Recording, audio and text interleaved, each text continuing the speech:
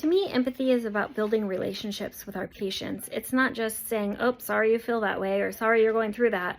It's actually taking the time to listen to them and ask them questions and ask them if they have any questions. It's slowing down and hearing what they have to say. It's remembering that patients are people with complex emotions. They might be scared, they might be in pain, they might be confused, they might just need someone to listen to them.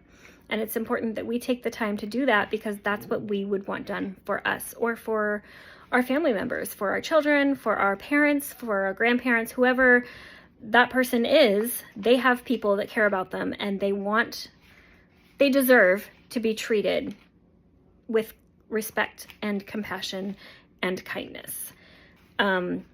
I also think that by being empathetic, we can build trust with our patients, and that can create a safe space for our patients to ask questions and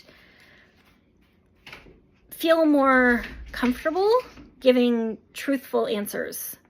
And maybe asking more questions if they're confused about a medication, or even if they've asked the question 5 different times. As long as they feel comfortable, they will continue to ask until it makes sense to them. Where if you brush someone off and you make them feel like they're just another number, they're just another exam room to get clean, they're probably not going to take the time to listen to what you have to say, first of all. And they're not going to ask any questions. They're just going to leave confused, and that doesn't help anybody. My personal experience with empathy was when I was pregnant with my daughter. I was bleeding heavily, and I went to the emergency room, and it was very early on in the pregnancy. I just found out that I was pregnant. And when I spoke with the ER doctor, he told me, well, I'm sorry, there's nothing we can do anyway. We can't do an ultrasound. It's too early. You're just going to have to go home, and we'll do or go to your primary care provider, and they'll do some blood work, but there's nothing we can do for you here. And he was just very short and not very kind. I was not happy.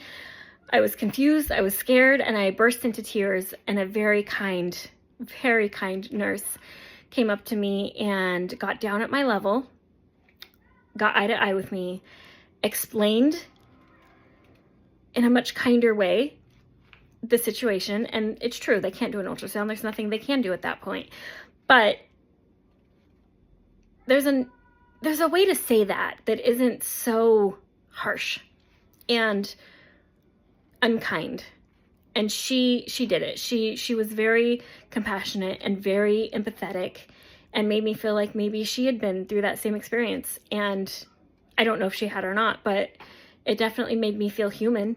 And I think that we all appreciate feeling like a person in the healthcare field. I know that in a fast-paced environment of healthcare, we are always rushing. We are always running from one room to another, trying to get things done, trying to make sure that everyone has all of their needs met. And there isn't always enough time in a day. But it's important to remember that these are people that deserve our time. They deserve our patience, and they deserve our kindness.